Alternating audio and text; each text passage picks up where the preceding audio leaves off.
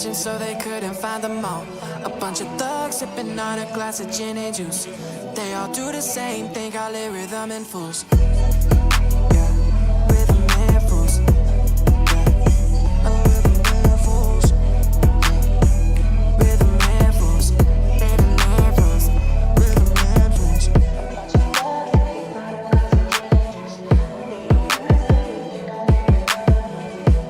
Yeah, baby, not the way again. Yeah, y'all can't wait for the weekend. Yeah, rhythm and fools. Yeah, oh, rhythm and fools. Rhythm and fools. Rhythm and fools. Rhythm and fools.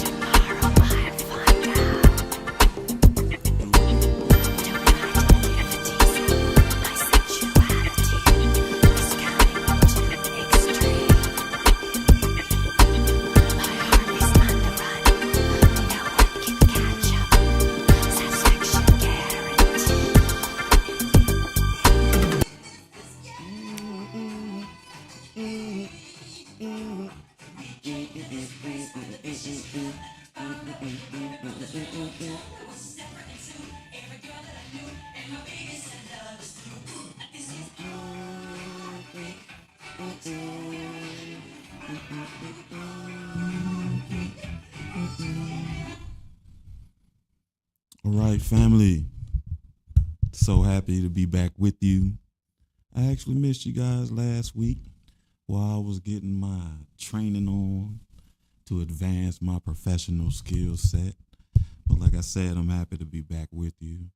I missed you all last week. I hope you all had a stupendous week full of joy and happiness and change. Oh my God. We're going to pretend like that didn't happen. But this chord's so strong, man. Yeah.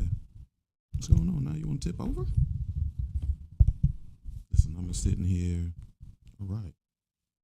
Listening to music, trying to get prepared for the show. Yeah, we're going to talk about a few things today. Something about some new realizations, a new direction we're going to take the show in, or in addition to what we're already doing. We're going to do a couple of new things with the show. Hope you like my flowery jacket.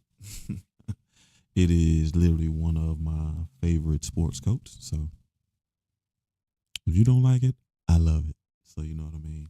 Gotta have your own fashion, gotta have your own taste.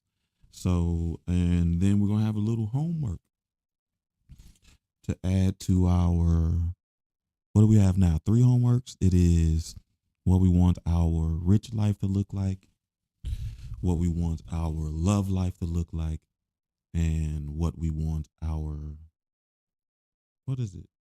Rich life, love life, and who do we have to be to get those things? And the new homework's going to be what do we want our family life to look like? I think that is definitely something that we should describe clearly to put words to so we can manifest it correctly for ourselves and our lives. And to get this started, we're going to set the vibrational tone with my throat chakra bowl to get us off.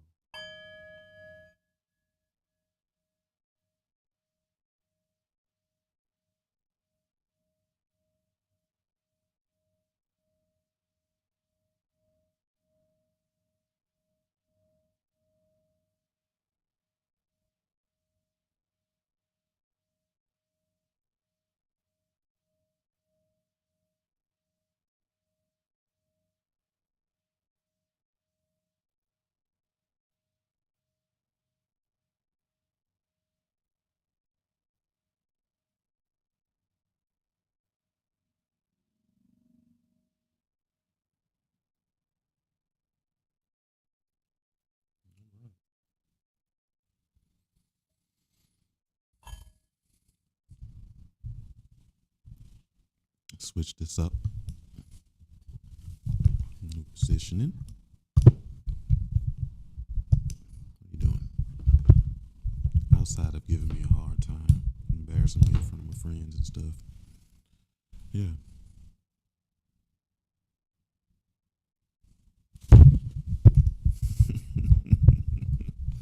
There we go. We're gonna make this thing work real quick.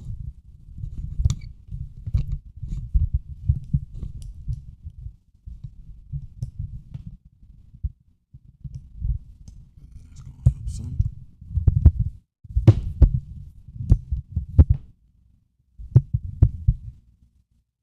All right, family, here we go.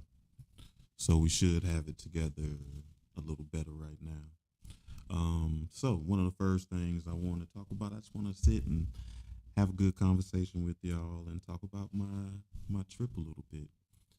So I got a story to tell that was a little ironic to kind of show you the kind of person I am. So I flew to Virginia, and regularly I've been flying on, what is it, American Airlines, and I really don't like their customer service. I've had to have disagreements with those people literally every time I go to the airport. Although they're not big disagreements, but who wants to deal with that every time they go to the airport? But this time I flew United, and I was having a great experience. Overall, I still had a good experience. Only had one bad experience with one United employee, but for the most part, I had good experience with them. Now, the wild thing about flying with United is when I got on the plane. So when I got on the plane, I noticed that there were like droplets of water in my seat, and I didn't know where they came from. So I just, wiped my seat off and sat down and hoped that I wasn't gonna have to deal with random droplets of water in my seat, right? So as we get ready to take off, more of these drops keep falling. I can't see where they're falling from. I just see when they fall on me. And I'm kind of nervous about trying to look up and catch them when they fall because my luck, one of those drops might fall on my lip and I'm going to lose my mind if one of these weird drops fall on my lip. So in front of me, there were some girls, two women, and the one that was sitting right in front of me kept looking up too. And I say to her, "You see stuff falling from up there, right?" She was like, "Yes." I said, "So you're not tripping. It's happening to me too. You're not seeing things." And these things would be weird because they'd fall down like jelly, but if you move them or something, they burst like water. So I don't know. I just told myself it was condensation from them just running the AC 24/7, or however long they've been running it nonstop since they've been flying the plane that day. But the whole trip, these little weird drops just keep falling on us, right? So fast forward to me returning. And when I get in my chair this time, it's a guy already sitting there. So I brought my raincoat with me. And little did I know it was going to come in handy. So as I get in my chair, I'm on a United plane again. And I knew the first time flying down there, I had a ton of these weird drops fall on me. So I'm sitting down and I start putting on my raincoat, put my hood on, zip it all the way up. So I know Buddy sitting beside me is like, what's up with this weird guy? Why is he sitting on the plane, putting on a raincoat, right? So we fly, we get to our destination, we get ready to land. And as we're landing, unlike the trip to VA, the trip home, the trip to VA has just had random drops falling. The trip home, when we went to land, I promise you, it rained those weird drops all over me. And the dude looks at me like, oh my God, what is that? He's looking at me shocked. And I play it off like, I don't know what it is either. So I start looking at my hands. And while he looking at my hands, I just wipe my hands on his shirt. And dude couldn't help but laugh. I'm like, listen, man. And I know it's funny because at first he was thinking, why is this guy putting on this raincoat? But then when it rained on me, it all made sense. So that's why I shared a little bit with him. That's one of the wild things that happened to the trip. But one of the best parts about that trip was when I returned home. I was so happy to be home. But this transition in home this time was a little different for me because this time being away from my home and my space allowed me to appreciate the energy that we have been working on together for almost a year now that has been created in my space.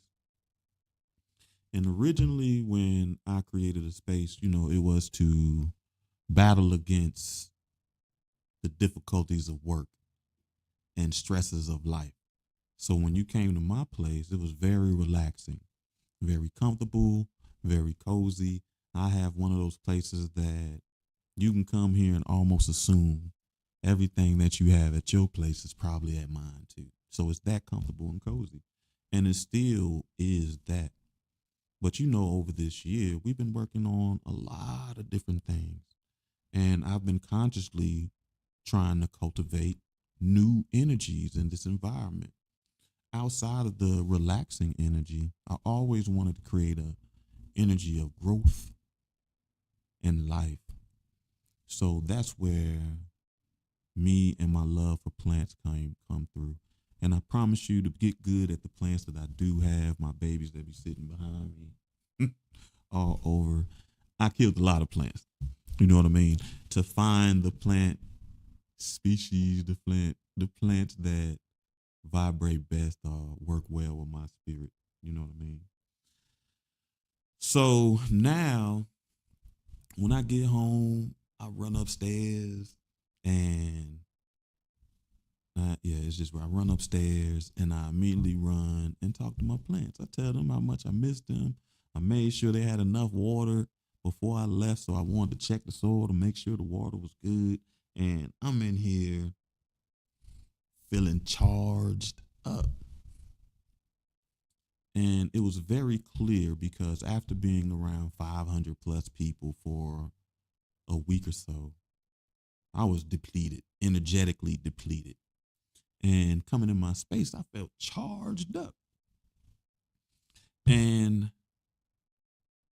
this was one of the first times I got to get an understanding of what people experience when they take their spiritual journeys here. because most of the people have a conversation with my plants.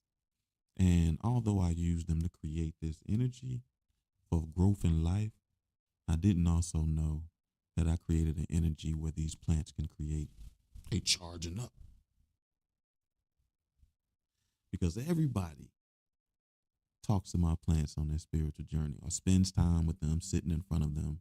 And me, I don't ever talk to them or spend time with them. I just take them with me. Wherever I go, they go to. But it was very good to be able to recognize that in this 10 months that we've been working together, a new energy that we created is one that can charge us up. And I recognize that because when people leave here, they generally feel empowered. Then also, I took time to be able to recognize how we've created this energy of healing.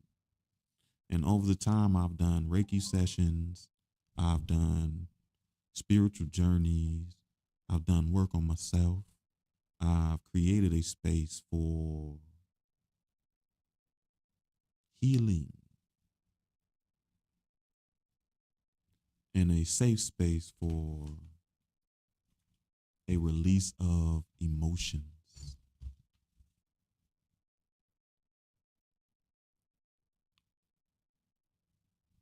And the one thing that I think spoke to me the most that I realized that I created here is soon as I got here, all types of ideas for the show and directions that we can go in, and all of these things just started coming to me like a flood.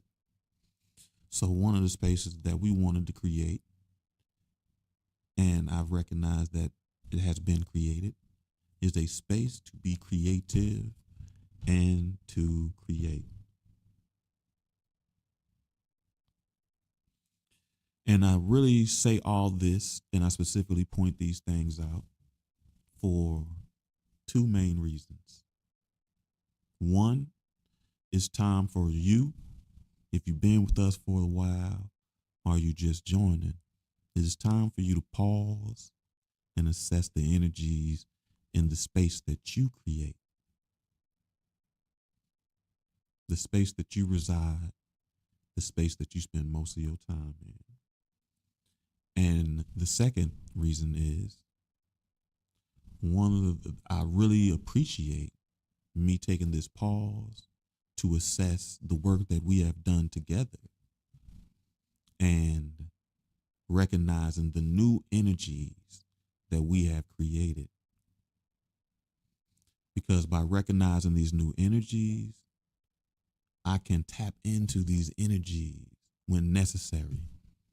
So when I need to feel happiness, when I need to feel healing, when I want to be creative or create, these are energies that I can tap into. When I'm drained and I need to feel empowered, these are the energies that we've worked to create as a family, people. We've been here a while. Give me a second. I'm trying to make sure I'm not missing anybody. C. Williams, pretty good. It's going well. Appreciate you stopping by. Appreciate you commenting.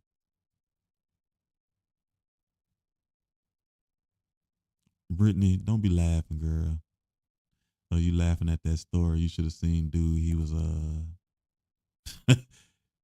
he was so taken back he couldn't help but laugh, and I immediately thought that he must have siblings because only someone with siblings or young children would understand how wild it is just to wipe your messy hands on someone, right?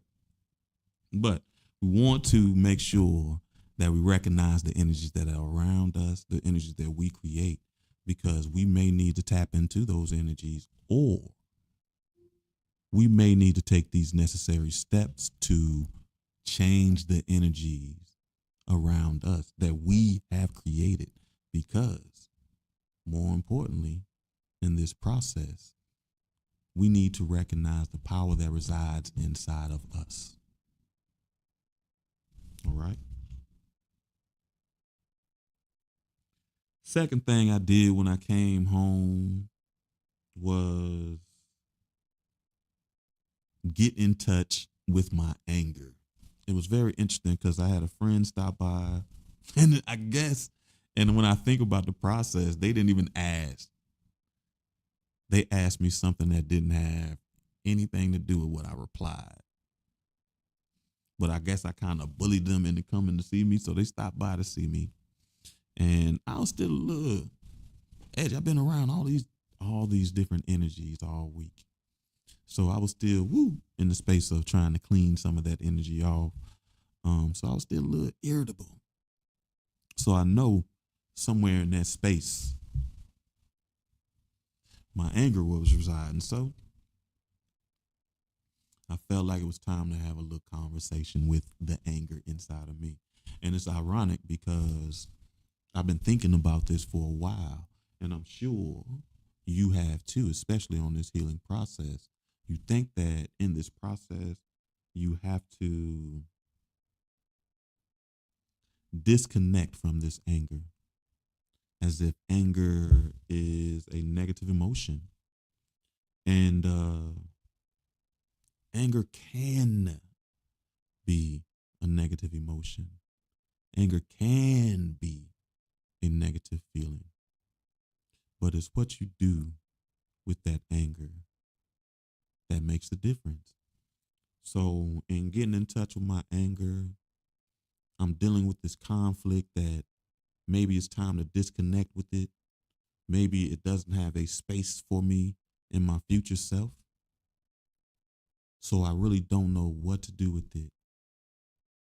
But I do recognize that I have some more control over it that I've never had before. And it's very unique that when we go through this process of healing and getting rid of certain burdens, that we do create space, not only for new energy, but new skill sets or space to practice the skill sets we didn't practice before. So what I realize is what I just told you. That is what you do with this anger that makes the difference.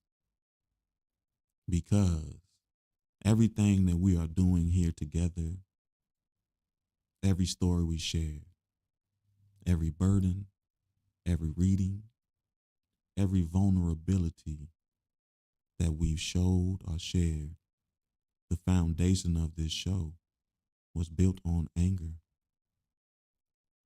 And that's the God honest truth. If y'all remember the first show, I can remember when I was in my Reiki class, taking that Reiki experience. It was me and my homeboy Ali. We were the only two men in there. And I was in a space so deep in my anger that I was vulnerable enough, one, to even say it, because I felt like I was in a safe space. But I told them the last place I wanted to be is in a room full of women, which can be understanding, judging my career and a bunch of different things. But I was definitely in a space of anger.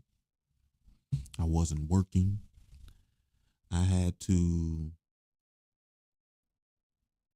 Life had to put me in a situation where I had to exercise my skill in faith.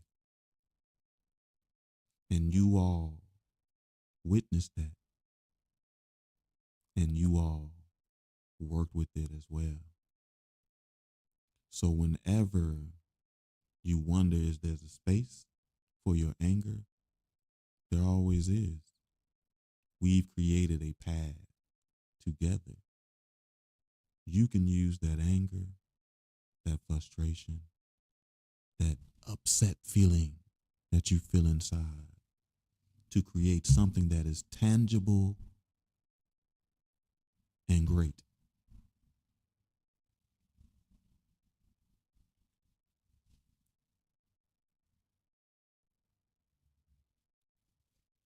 Excuse me, I told you.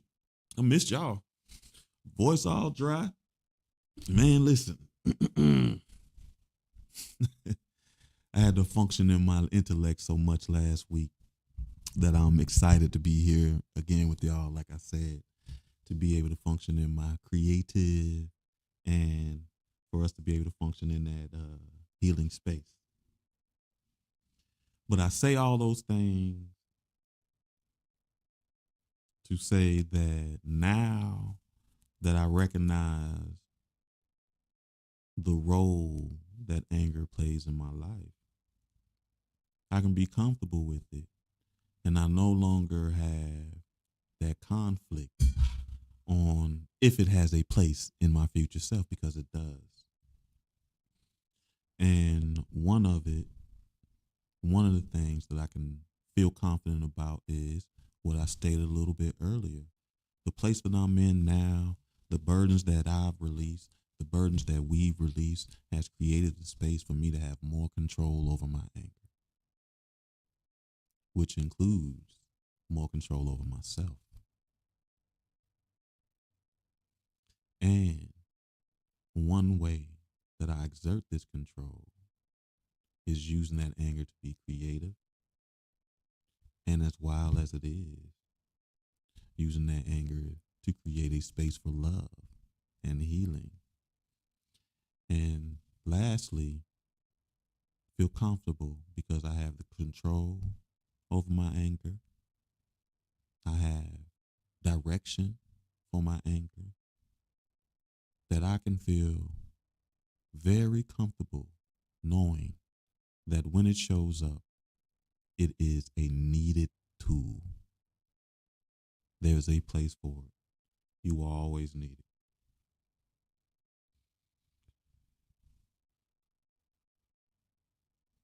So the main message of all this, of that part, is pretty much to be able to enjoy and value your emotions.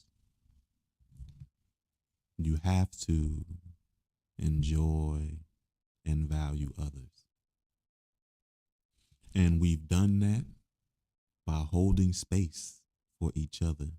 You come, you watch me, you talk with me, you share your stories, you come on. So we've created a safe space for emotional expression, whether you do it on these live or if you've taken the next step and actually had an in-person session, or you've had a reading. You've helped to create a safe space for emotional expression. So now you know, and you can confidently say, that's a skill you do have. And now all you got to do is just exercise it and practice it. And by creating that space for others, it allows you to have the space to appreciate the wide range of emotions that you feel, and being able to value those emotions because you witnessed it in others and you shared it with others. There is freedom in that recognizing that control and that direction for your emotions. And pat yourself on the back for developing a skill of creating a space for others to do the same. So this part is going to be a little interesting. Let me take a little pause, drink, see if we got some comments on TikTok or somewhere. All right. So we just got people coming in and watching, you know. A lot of times it takes a little bit of effort and time for people to get a little comfortable to, hey, Sherry. Sherry, you came on just in time because we about to have the fun part. the one I told you about. You like my flowery jacket? It got a lot of stuff going on. I look like jungle, but I think it's fly. So, honestly, I labeled this a journey into ministry.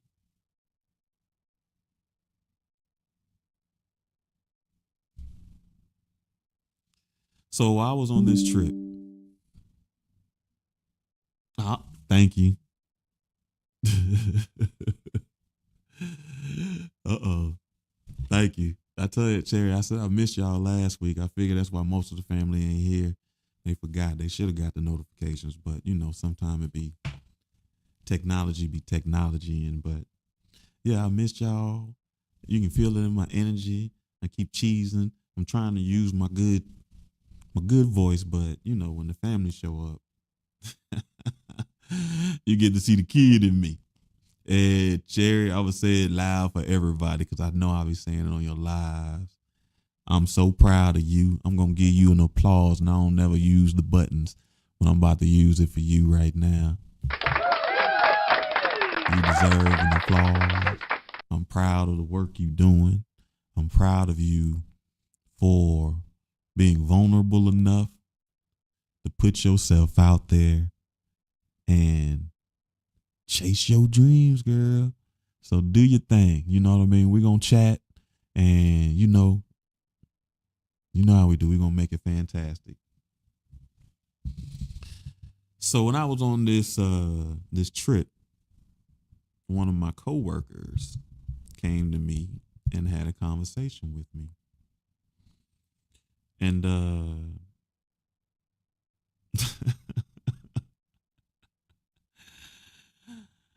it was ironic because I've always been one of these people that say stuff like, I don't know why people listen to me.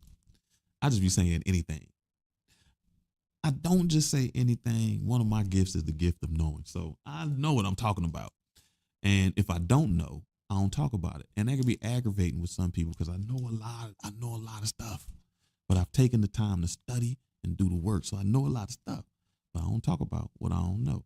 Right.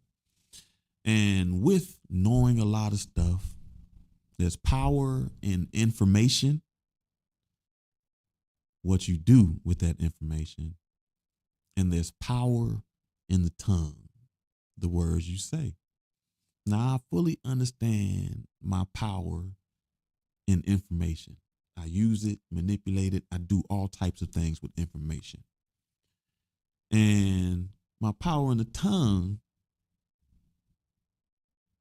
needs a little bit of help, right? So I know that there is strength. Life and death is in the tongue.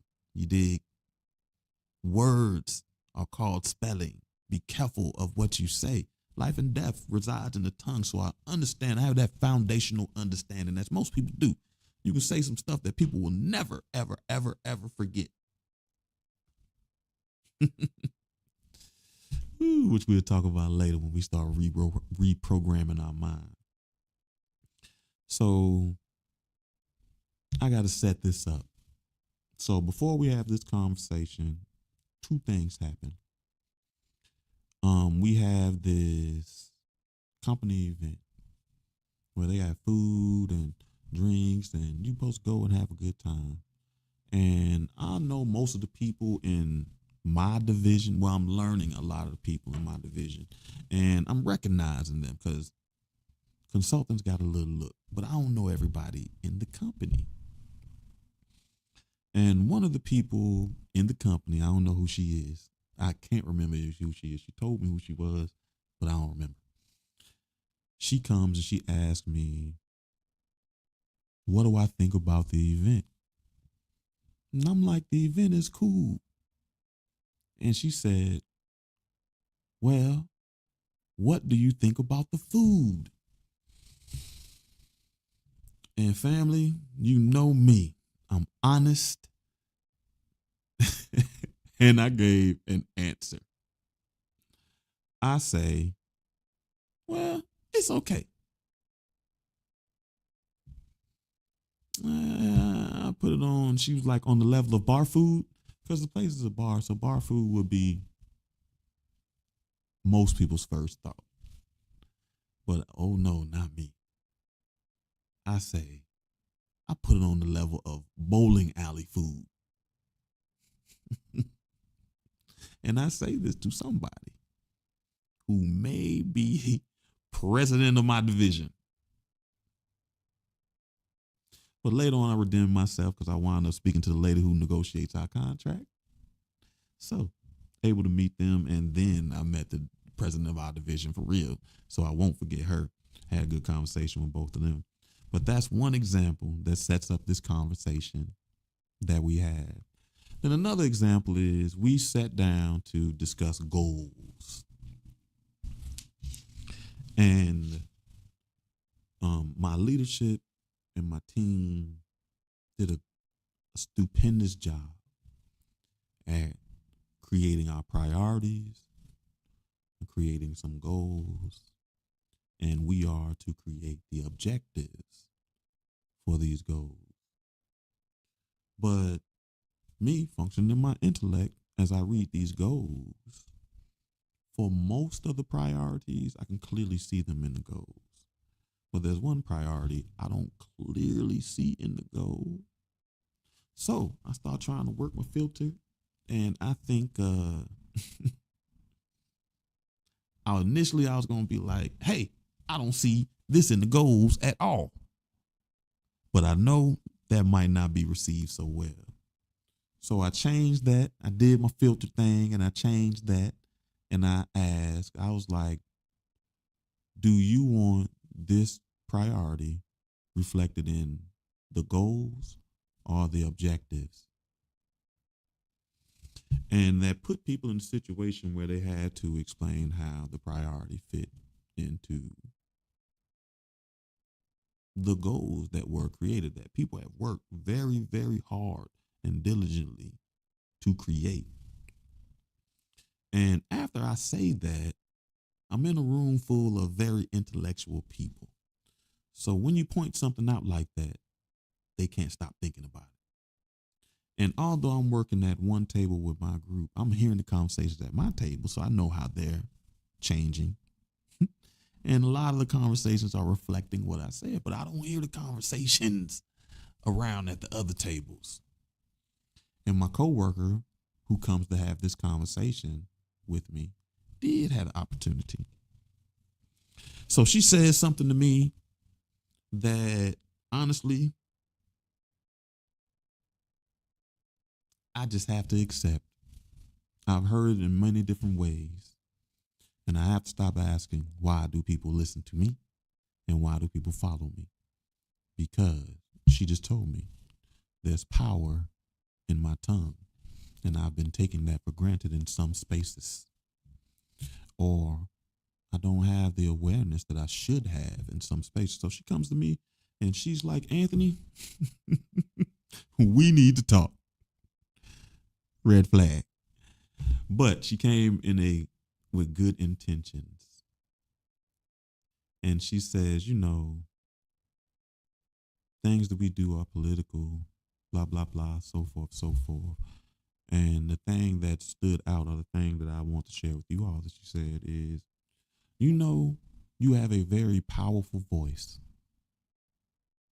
And when you say things, people listen. And I don't think you always realize that. So if Anthony doesn't like something, nobody else does either. And you have to be careful with that. So what I took that as, thank you that someone saw a space in me for growth and offered to help me. And two, I know I need help in that area because I have a filter. I've worked on it. My filter is very good, but it is not strong. As you can tell, I just wiped my hands on a random stranger. I told somebody that the food tastes like bowling alley food. And even though it was not my intentions, I essentially poked holes in people's work that they worked hard on, which is crazy. So my filter is good, but it's not strong. So good is kind of like that raw talent. I don't practice. You just gave me a ball. The next thing you know, I was splashing or I was dunking. I don't do nothing. Just raw talent. But strong is raw talent mixed with practice and repetition and a good foundation. Strong is raw talent mixed with practice. And it is like the difference between being an NBA player or Kobe or LeBron, Jordan, or anyone, from being a regular person to being one of the greatest that ever did it. And I appreciate that she offered, and I humble myself enough to accept her guiding hand. And many times in life, you have to be able to accept the help that is offered to you. And that takes a lot of humility, and it takes a lot of control over your ego. And what better way to practice these things than with people who genuinely want to bring out the best in you, right? So all this is leading somewhere. I hope we get to the homework. I don't know. We might not even get through the rest of this. As long as I finish this part, it'll be great for me. I'm gonna take a little pause again. I'm gonna drink. I'm gonna check TikTok, and we're gonna get it rolling one more time.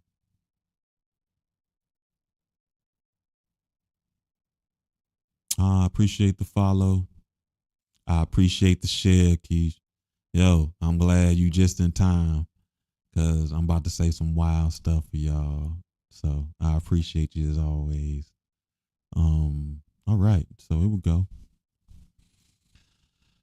So I also, the other day I had a conversation with my OG. I call him my OG because I probably known this dude since he's at least 20 years older than me, period. And he's known me, man, listen, I probably met dude when I was like 17. He is one of the people who introduced me to 5%ers. You know what I mean? So my man named Eternal. And I stopped by Eternal House and we start wind up having these seemingly random conversations, but wind up connecting to a very pivotal point in my life, which is wild. So we start talking about he became a Mason in his journey. And I remember when him and a group of my friends, a group of them, went through and became Masons. And he told me the reason why all of them became Masons at one time. Not their personal reasons why, but the overarching reason why the opportunity for them to become Masons was there, right? So he says to me, the elders of the lodge recognize that the lodge is not necessarily as attractive to the people as it used to be.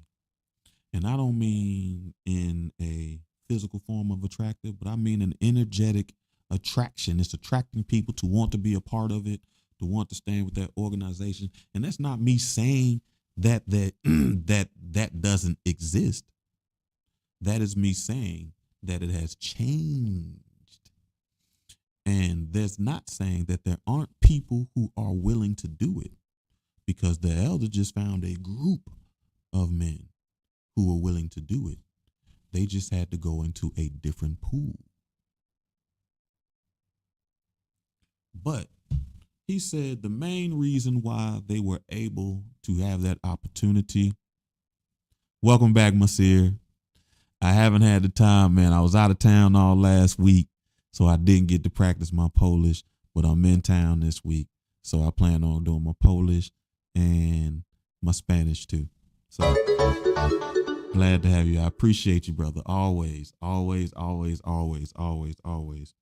Interesting. I'm glad you showed up too, because you part of the Soul family.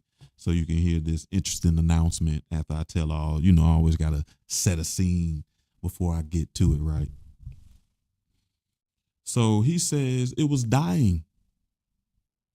And without new people, new directions to inject new life into this, it was a possibility that it would die out. And then we started talking about a church that was a couple of doors down from him. He said the pastor sees him and calls him over. He goes and talks to the pastor. And they talk about their name, his name Eternal. And the pastor invites him to come to church on Sunday. And my OG said he's gonna go, but he ain't go this Sunday. He observed first, like the art of war. You're always supposed to know the terrain, so you observe. So he looked at the church parking lot on a Sunday, and he noticed there was only 3 cars there.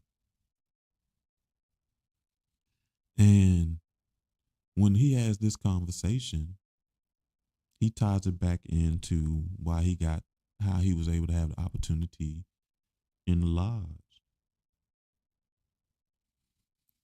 And he's saying that to reach these people, or to reach people, the old ways are outdated.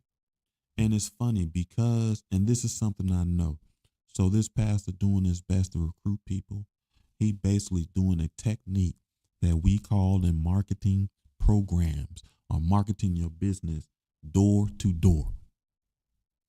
And I remember when I first started marketing programs, one of the things we used to do all the time, work my staff to death, doing door to door. And you know what I learned? Door to door yielded us 0 results. We got nobody to sign up for our free services. Door to door, zero results. So he says this because the old ways are outdated. And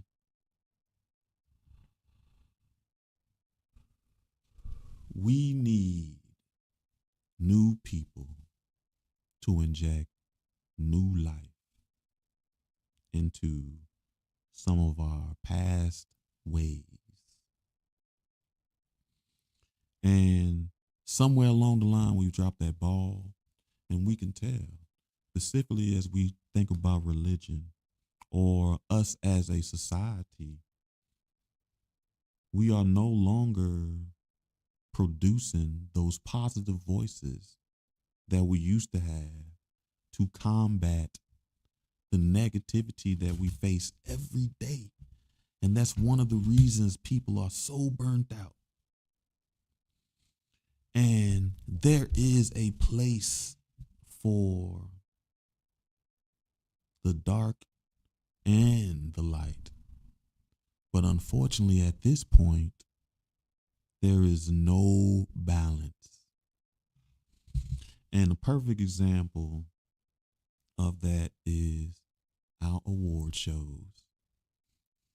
And the best example of that is the BET Awards. And when you look at that show, there was a time when some of our best voices would show up for that show to speak positivity, to breathe life,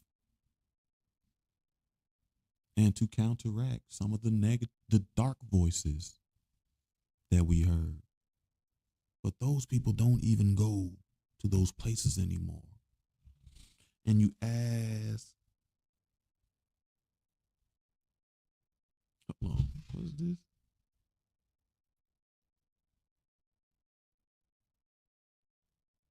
No doubt. So, where is our MLK? Where's our Malcolm X? Where is our Black Panthers?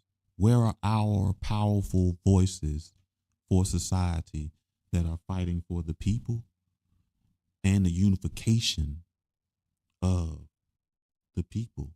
Who are our voices to combat these dark voices that we hear every day? From our movies to our TV shows, where's this balance? And then my OG goes to tell me this story about how in the early days of the 5%ers, right? In the early days, Brittany, I appreciate you. You switched over. Masir, you know, it's all love. I appreciate you. And the only way to show you appreciation is to invest in you like you do for me. So I appreciate you. Brittany, I appreciate you. I just seen you come from Instagram over to Facebox. I appreciate you. Always. And you know, when you're ready for another session, anytime. You dig? But you might want to hear this too. So my OG tells me this story about the early in the 5%ers. And they started in New York. So if you don't know 5%ers, simply put, they say 85% of people are dumb, deaf, and blind. They believe anything. They take everything on face value. They don't dig deeper. Then he said it's 10%. The 10% are the ones that control the 85%. They feed them their messages. They feed them their food. They even program them to react and behave in certain ways. And then there is the 5%, the poor righteous teachers, freedom, justice, and equality. There's a bunch of different stuff, but these are the people who don't fall victim to the tricks of the 10% of people. So in their mindset, only 5% of us will ever be able to rise above the 10%. So, and a lot of people have that theory, whether it's 144,000 or not everybody goes to heaven or the mothership is coming. A lot of people have this idea and this thought process in their religion or their spiritual beliefs that not everybody gonna make it.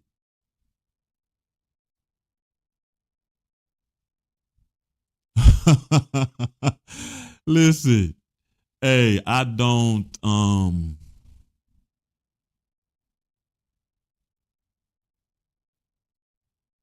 so I got rated before, but I don't know which streamer rated me. So if Mr. B says I'm a good streamer, who am I to argue with that? And if you said he said it, I'm going to take your word for it, brother. You know what I mean? You always came in genuine in doing that. So as he telling me about, I know today's mathematics, but we're not going to have that discussion. So he tells me the story about when they first starting out, New York City has a mayor, Mayor Lindsay, and he's a white guy. So fast forward, and he was very close with the father. That's what they call him, the guy who started the 5%ers. And he was very close. So this white mayor and this black man were very close. Fast forward to the future, they rename a street after Allah and Justice, first two people who had a pivotal hand in the beginning of the 5% Nation. And Mayor Lindsay's assistant or somebody got up there who's another white guy and said that he is they were the first white men in the 5% nation. And my OG tells me this story for a specific reason. He says, for anything for it to work, that we really do got to work together. And we had so many different voices. People had various paths that they can choose to be righteous. Whether you want to do Islam, whether you want to be Hebrew Israelite, whether you want to be Jewish, whether you want to be Christian, people had multiple paths and multiple voices. You can follow Malcolm X. You can follow Marcus Garvey, multiple paths and multiple voices. And for these people to have successes, they had to work together. And race mattered less than the connection of energies, which is why he's telling me this story. And he tells me then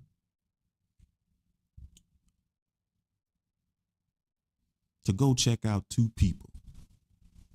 One of them I heard of before. He tells me Daddy Grace. Look up Daddy Grace. And it's interesting because Daddy Grace is someone who started the House of Prayer, right? And I was a little familiar with Daddy Grace from stories from my mother. And all she would tell me is what he looked like. Nails, long flowing hair, and people were extremely loyal and believed in what this man was teaching them. And then he also told me to check out Reverend Ike. And Reverend Ike is a pastor, reverend from, I say the 60s. He died in like 2009, 60s and 70s, so forth. And he said these two people specifically because he's done the research into their lives to see what type of men they were, right? And the reason why he says these two people is because these two people have mastered the art of helping people see the God that resides within themselves.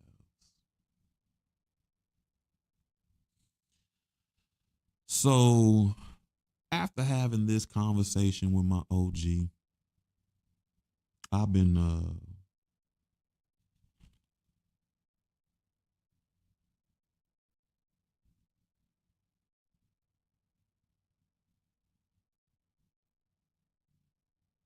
so I got an order, and I think as I'm talking about it with you all, I want to change the order. So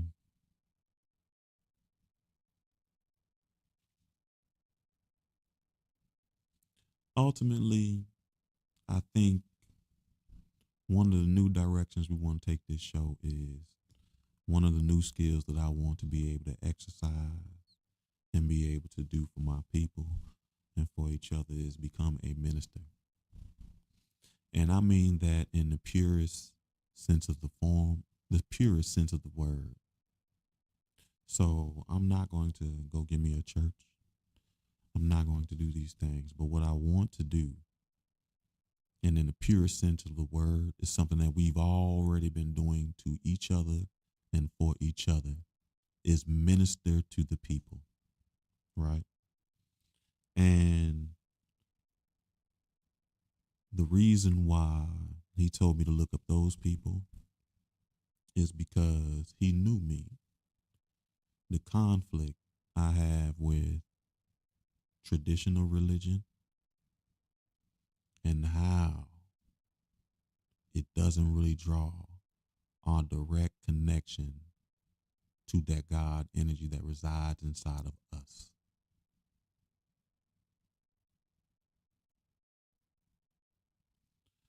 So he gave me examples of people who mastered the art of showing people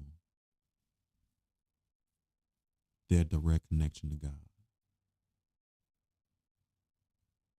Because it's already in you. You already have every tool necessary to achieve any success you want in this world. You already have every tool necessary to defeat any challenge.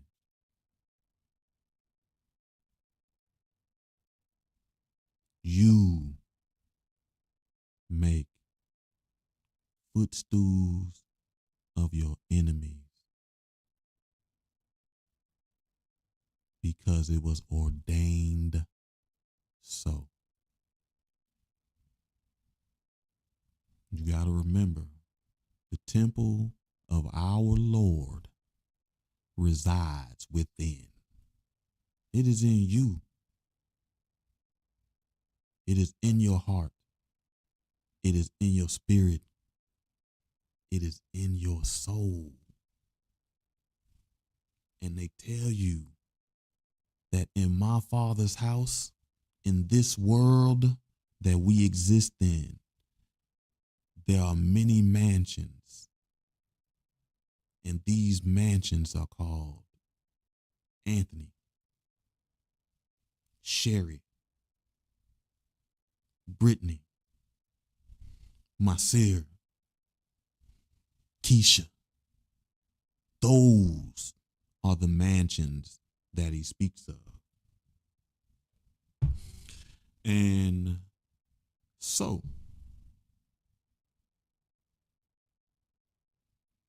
I'm going to use some of this show to not only discuss the process of healing, but to help us discover all the tools that reside in us to, one, manifest the life we want, two, live a life of happiness, and three, experience true freedom. And all this to say, because that's full circle in my life. And we talked about it. Nope, no reason to lie, brother. Hey, if you listen to Reverend Ike, no, I don't do tarot, brother. It's funny because I looked at this thing, Reverend Ike. He was like, you don't need that stuff. I just use these pendulums to read energy, and everything else is touch. I use my hand, and we talked about it, that elemental magic. What I realized, one of the ways I receive my messages is through the air. So I use the air. I send, if you in the tarots, I have people who do tarot, but that's not my thing. But good question though. You heard? You know he says no to that stuff. So, and it's ironic because this conversation, my OG one is probably the only person in this world who I respect his spiritual and his research enough that he can talk me into believing that I do have a voice to. He gave me some goals. Get this information out there so you people know how powerful you are, right? And it's full circle because we talked about how many times people have stopped me and asked me, was I a pastor? No, I'm not a pastor, nor do I want to be. And when I was in college, when that woman was calling me Black Jesus, maybe she saw something I didn't. Because I definitely want to be ministering to the people. Again, which we already do every week. We ministering to each other and to the people. And having that conversation with him, it made me have to face some fears of stepping into this direction. And one of the major fears, I appreciate you, Brittany. See, all right. So I'm going to say something before I address your comment, my seer. You definitely, yeah. I'm going to address your comment, Brittany. I appreciate you. The hands up. I need to start asking people to start leaving me reviews because the hands do work, and they generally make like little posts on their page. But you got to know to know. So, but I appreciate you. I appreciate your vote of confidence. So one of the issues that I had with stepping into this direction or into this light is concerns of my past. I always saw myself, like when that lady called me Black Jesus, I always just saw myself as a regular person. And if you know me, I've done a lot of things. I've managed to escape jail, but I have been arrested. I've done a lot of things in my life to get these experiences, to get this confidence, to know who I am, right? And some of those might not put me in a good light. So I definitely never want to put myself out there because I have this image of people who live in the light and how they should be and how they should live their life and the way that I think people who would be able to accept someone who's righteous, how I think they should have lived, right? But the funny thing was, in this conversation with my OGs, I realized that was misplaced fear. Because some of the people that I admire the most in my own journey turned their lives around and came from stories that are worse than mine.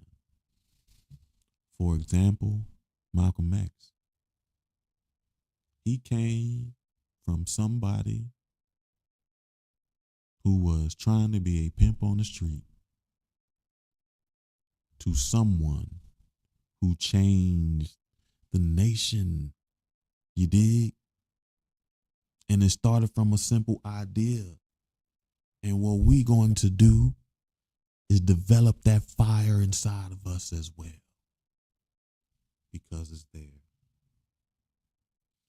So as we move on to the show is going to start taking on series. We will have topics that we will cover for a couple of weeks so we can uncover these tools that we need. And our first series will be reprogramming your mind. And the first thing that we will discuss is, how is the mind programmed in the first place? But we'll do that for next week. So I hope to see you next week. I do want to I want to address that very good question. See, Brittany, that's a good one. God forgives. But people don't struggle with that idea of God forgives. People struggle with the idea of forgiving themselves. They don't allow the God that resides in them to forgive. They allow their physical mind to tell their spiritual mind that you are not worthy of forgiveness, but you are. And you have to give it to yourself. So as much as we talk about God forgives, the responsibility is on the God in you. So, no, not Black Jesus. It was, okay, so the Black Jesus came from when I was in college. When I was in college, I did have long hair. I had long locks down to here. So I did have this Black Jesus-y type of look. So I thought that's how she meant it, but I don't think she just meant it on the look I had, but energetic wise, because this woman would stop whatever she was doing and be like, Black Jesus has came. Like she treated me like I was Black Jesus every single time she saw me. And as a kid, I'm 18, 19, I'm still wild. And if you knew me, matter of fact, that she started calling me Black Jesus, and a year later, I walked out on the stage in a thong in front of 1,000 people. So I'm still that wild. Black Jesus in a thong, and that don't work. You know what I mean? So I couldn't wrap my mind around this concept. I figure I got the look, but I can't wrap my mind around this concept. So Masir, you said something about faith being destroyed. The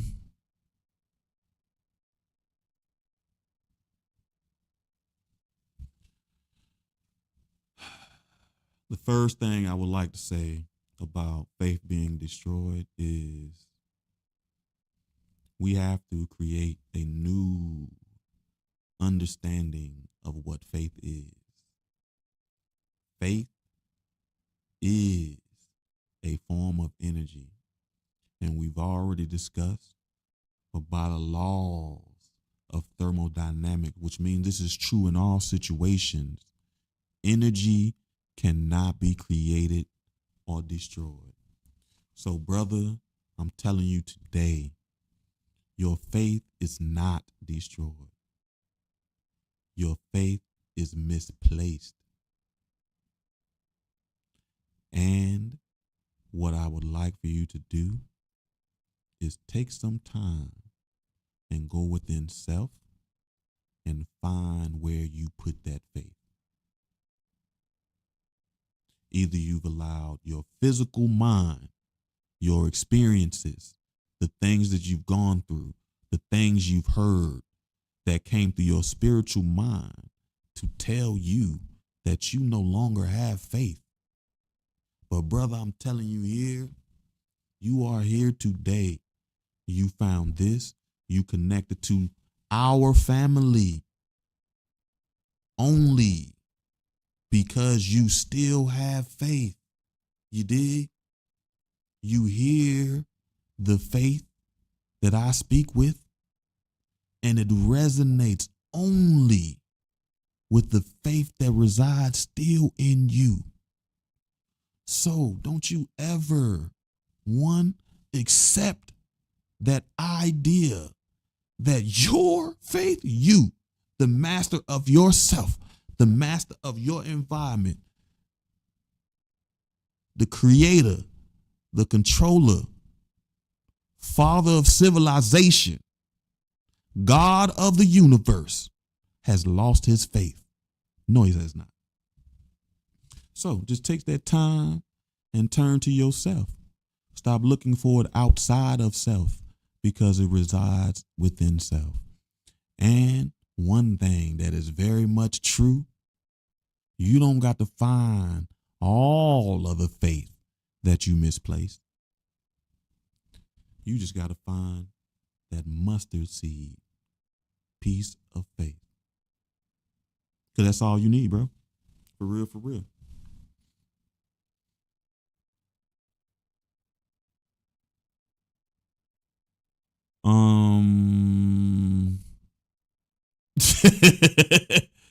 Listen, I appreciate the comments. We went over a little bit.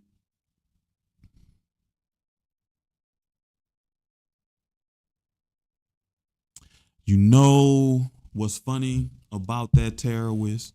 And you're right, right? So, and one of the things that we're going to talk about when we discuss reprogramming our mind, one of the ways that your mind is programmed is through the power of suggestion. And you gave a perfect example that I could no better have made up than what you said. People around you suggested that this is something that is a superstition. People around you did not accept that this is something that you enjoyed for yourself, for your development, for your healing, for your temple, right? And what we don't realize and what we're going to do in this process is practice and exercising that skill of rebuking. Okay? So you can rebuke. You ain't got to take that in because these people have an idea, but it ain't the idea for your life. And if that's something that resonates with your spirit, then you do it for you. Remember, the temple is within. Now, I'm not a terrorist, but again, what we talked about earlier, there are multitude of paths that you can take to righteousness. You dig? And that might be the first brick because I can never judge. I got bricks from all over the place. The three main books that we are going to utilize in this healing journey or in this equipping of our tools will be the Bible, will be the Aquarian Gospels of Jesus the Christ, and the Apocryphy. So when we talk about those, we'll use these books because it's been written. I'm not making any of this up. It's been written. People who are smarter than me, who know more about the world than me, wrote this down. All we got to do is just read it and apply it. Do the knowledge. We learn it. Do the wisdom. We manifest our knowledge through our ways and actions so we can, 3, get the understanding. You dig? So that's where we're going to go next week. We are going to start talking. Hey, Kelly, I ain't seen you in a while. Listen, I'm not programming you. What I'm helping you do is shine light on the areas that you have been programmed, reminding you that you have all the tools necessary to deprogram, reprogram, and program yourself. You are the terrorist. You were curious about that. That has nothing to do with me, nor that I suggest it. That's your temple speaking to you. You dig? So, brother, we're going to have these tools so we all be fully equipped. And my OG gave us a goal. And family, we're going to reach this goal together. We have 2 goals. 1, we ain't saving nobody. Our job is to get the information out there so people know that they can save themselves. That ain't our responsibility. 2, we're going to touch 1 million people. You and me together are going to change 1 million lives. And that's a real goal. And if you don't know anything about setting a goal and working towards that goal, stick around because we about to do that together. You dig? All right, so we got a lot of questions. I guess y'all missed me last week too.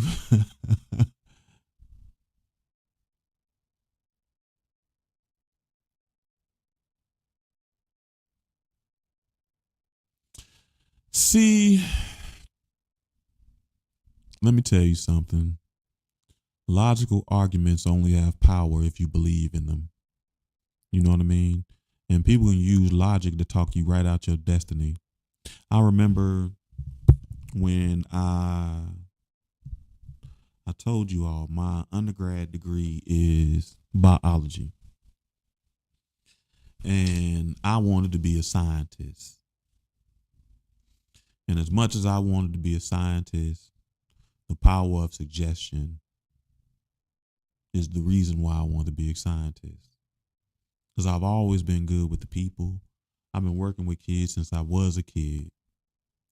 But everybody always told me, you can't make no life by working with the people. Ooh, shoot, excuse me. Working with the people. Now I know that's some energy getting up off, right? You'll never make no money working with the people. You can't do this. You got to do something to go to this hospital, use your biology degree, do all this, blah, blah, blah. Very logical reasons. Because I can literally look at the paychecks for teachers, and I can look at the paychecks for people, for the avenue or path that I would use. And I was a researcher for my science life. It's clear. Huge difference. Very logical. And I'm such a logical person that logic can be used against me. It can be used as a weapon to manipulate me to do what others want for me to do with my life. So I have to be aware of that. And if you got defeated by logic, you may need to pause and think, is that always used for good? Or can people use it for bad against you as well? Because there's always two sides of every coin. So I started out in this world doing that scientist stuff and hated every minute of it. Every second, I hate it. And somehow, by sheer luck, I found my way to working with kids. Pure luck. I call somebody and I say, hey, I don't have a job. Do you know anyone hiring? They say, I know a principal that's hiring. I call the principal. I say, hey, this person said you're hiring. Can you hire me? You know what they said? No, I can't hire you. But what I can do is point you over here to these free classes at this college in my city that I didn't even know existed. Free college classes after I just paid all this money for a degree. You mean they got places giving it away for free? So what seems to be pure luck isn't always pure luck. It is the path to your destiny. And I tell that story because had I not got on that path, had I not stopped and didn't see that as luck, but a direction I need to go to help develop myself, I would not be sitting here in front of you today. And because I took that sheer luck path, I've been able to go places and see things and do things, speak to people, meet people, hear people that people in my family, most people that I know, will never, ever experience. And we're watching this process repeat itself. But this ain't luck. This is the power of attraction. We are all here because we vibrate at an attracting energy. So tarot may be pure luck, but you know what ain't pure luck? The connections that you will make from people who have understanding different than yours. And there are people who have tools that others are unequipped with. Remember, 85% of the world are dumb, deaf, and blind. And if you listen to them, you'll be an 85 or 2. You dig? All right, family.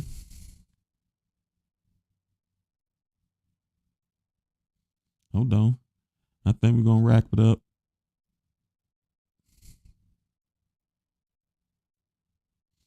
Yo, listen.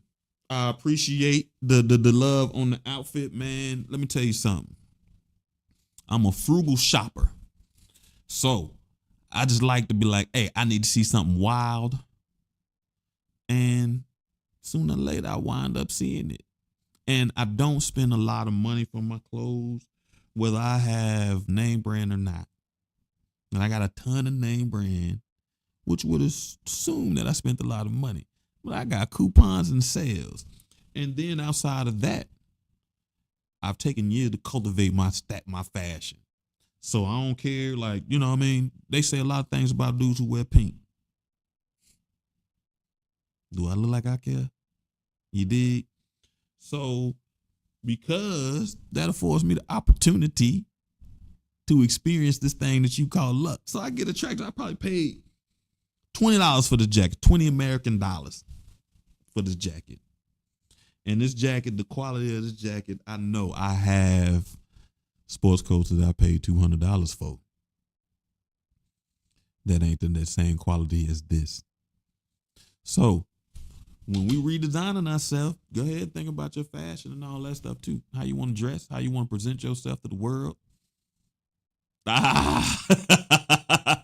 We're gonna switch up a little bit. Yeah, I know, listen, I know we go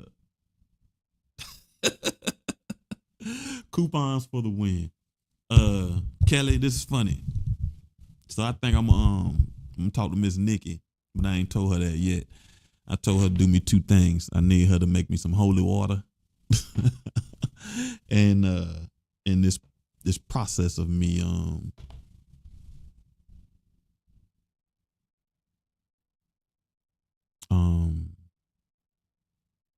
stepping into the ministry, I'm gonna have Miss Nikki baptize me. I know Saul Goodman from What About Saul? No. But you know what? Because you asked, Monsieur, you know what I mean? So generally, when I start, I just do the throat chakra. You know what I mean?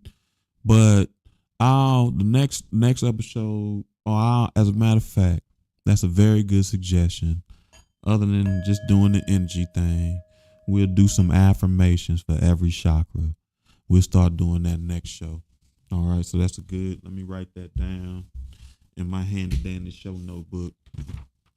Family, great suggestion, because we really don't do that.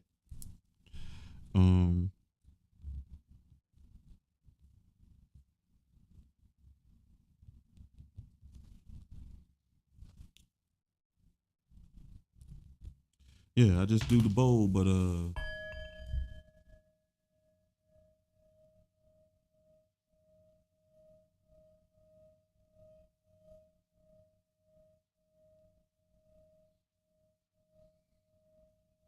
so outside of the bowl, we'll do some breathing, we'll do some affirmation, and I always do the bowl because it's set to the frequency of the throat chakra. And I want to make sure that we set a good foundation for communication, whether it be me or you.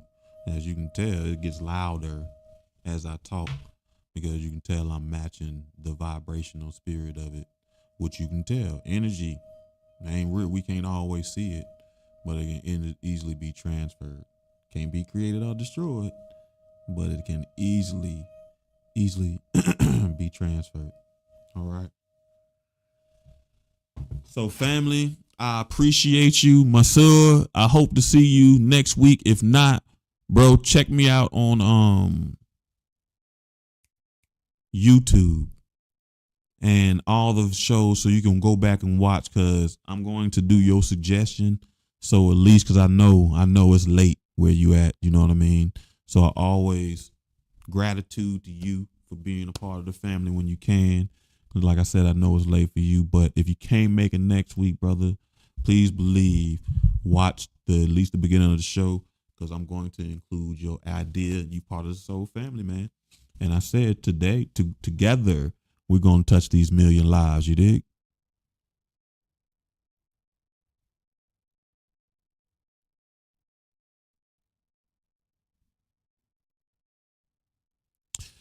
I do